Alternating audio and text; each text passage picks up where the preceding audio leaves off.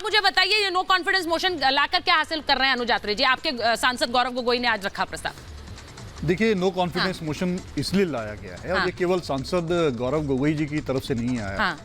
ये इंडिया के तमाम घटक दल, जितने भी हमारे सहयोगी दल हैं, ठीक है, सब लोगों का ये अविश्वास प्रस्ताव है, क्योंकि ये भारतीय जनता पार्टी अपना विश्वास सदन में खो चुकी है।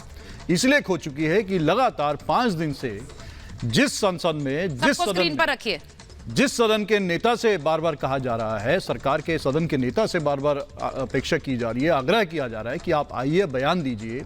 सब जगह आप बयान दे देते हैं, बाहर विदेशों में जाके उनकी जो है उनकी संसद को जो है आप संबोधित करते हुए बहुत गौरवान्वित महसूस करते हैं, लेकिन यहाँ पर इतना ज्वलनशील मुद्दा है, इतना शर्मनाक मुद्दा है, देश को शर्मसार करने वाला मुद्दा है, एक ऐसा मुद्दा है जो केवल हमारे राष्ट्र की शर्म नहीं बन चुकी है, बल्कि हमारी राष्ट्र की कहीं ना कहीं सुरक्षा और हमारे मणिपुर के निवासियों की कहीं ना कहीं उनकी जान माल के लिए इतना बड़ा खतरा बन चुका है, और जिसकी चर्चा यूरोपियन यूनियन में चर्चा हो रही है, यूके की पार्लियामेंट में उसका समाधान होगा अविश्वास प्रस्ताव लाकर सरकार के खिलाफ। बिल्कुल समाधान कैसे होगा? समाधान ऐसे होगा जो हम अपेक्षा कर रहे थे, जो आग्रह कर रहे थे राज्यसभा में कि 267 के तहत आप चर्चा कराइए, और बीजेपी कह रही थी 176 के तहत चर्चा कराएंगे, केवल 75 मिनट की, उसी में सब लोग बोलेंगे। इतना बड़ा विषय जिससे आप सरकार से संभल तो सामने आ गई। मैंने आपसे पूछे समाधान कैसे निकलेगा? अब समाधान ये निकलेगा, समाधान ये निकलेगा कि इससे पहले अब इनको चर्चा करनी पड़ेगी, पार्लियामेंट में, लोकसभा में चर्चा करनी पड़ेगी। चर्चा को तो वो पहले भी तैयार थे, लेकिन आपके तरीके से तैयार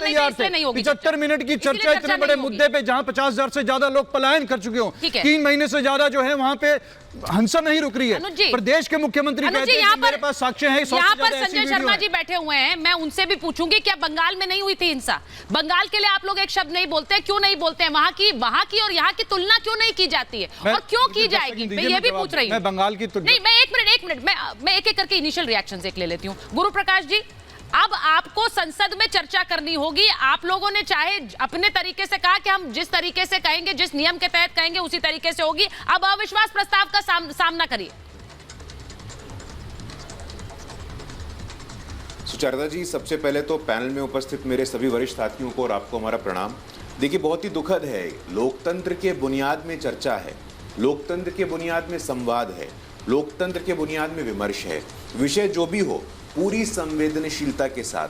देश के प्रधानमंत्री ने मॉनसून सत्र के पहले दिन, आप लगातार कह रहे थे मणिपुर पे किसी ने कुछ नहीं बोला, मणिपुर पे किसी ने कुछ नहीं बोला। मॉनसून सत्र के शुरुआत होने के पहले दिन प्रधानमंत्री जी ने अपने पीड़ा को प्रकट किया। गृह मंत्री जी, देश के गृह मंत्री जो लगातार इस सिचुएशन को मॉनिटर कर रहे हैं, उन्होंने आपको खुली आमंत्रण दिया है कि आइए चर्चा करते हैं, लेकिन चर्चा का एक वातावरण होता है। और जैसा कि आपने अपने प्रारंभिक प्रबोधन में भी कहा, इस प्रकार दिखाया जा रहा है कि मणिपुर में पहले हुआ है। भाई, आपकी आंखें बंद हो जाती हैं। पश्चिम बंगाल में हजारों की संख्या में लोग पलायन करते हैं। लोकतंत्र के उत्सव, पंचायत के चुनाव में एक अभूतपूर्व हिंसा देखने को मिलती है, आप एक शब्द नहीं बोलते हैं। राजस्थान में दलितों पे, आदिवासियों पे अत्याचार के ऐसे मामले सामने आते हैं, आप एक शब्द नहीं बोलते हैं। देखिए, देश की जनता समझदार है, देश की जनता को पता है कि ये जो सेलेक्टिविटी है ना, कि मणिपुर पे बोलेंगे बंगाल पे शांत हो जाएंगे, मणिपुर पे बोलेंगे राजस्थान पे शांत हो जाएंगे, ये जो आपने दोहरे मापदंडों की पराकाष्ठा का एक उदाहरण प्रस्तुत किया है, इसने आपकी हिपोक्रेसी को देश के सामने एक्सपोज करके रख दिया है।